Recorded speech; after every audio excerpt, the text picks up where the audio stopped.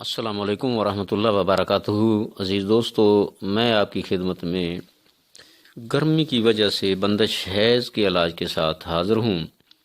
دوستو، گرمی خشکی یا گرمی تری کی مریضہ کی بندش حیض کے علاوہ تمام علامتیں اعصابی تحریک کی مریضہ سے مختلف ہوتی ہیں۔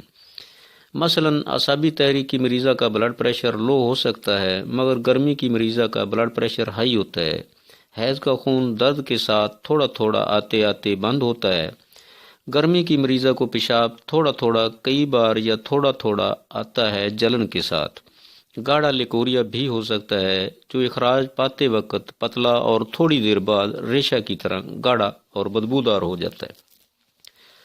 مریضہ کے پیٹ میں درد یا کبھی پیچس کی طرح پخانہ آ سکتا ہے۔ دائیں ٹانگ میں درد یا سن ہو سکتی ہے۔ شدید سر درد بھی ہو سکتا ہے۔ دوستو، یہ تمام علامتیں جگر و غدد کی خرابی کی غمازی کرتی ہیں۔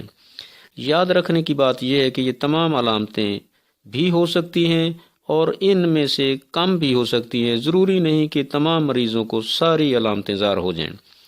ان علامتوں کی حامل مریضہ کا علاج اکثر گرم خشک ادویہ اغذیہ سے کیا جاتا ہے۔ علاج شروع ہوتے ہی مریضہ کی جان پر بن جاتی ہے، کیونکہ خشک گرم یا گرم خشک ادویہ سے مرض بگڑ جاتا ہے۔ اکثر لڑکیاں ہسٹیریا کی مریض بن جاتی ہیں یا ویسے ہی پاگلوں کی طرح باتیں کرنے لگتی ہیں۔ گرمی کی وجہ سے بندش حیض کے مریضوں کے لیے ہمارا طریقہ علاج انشاءاللہ نئی زندگی کی نوید ثابت ہوگا۔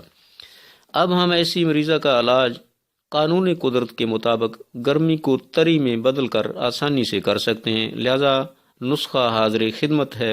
ریمن خطائی، زیرہ سفید، قلمی شورا، جو خار، یہ 20-20 گرام، پوست ریٹھا 10 گرام۔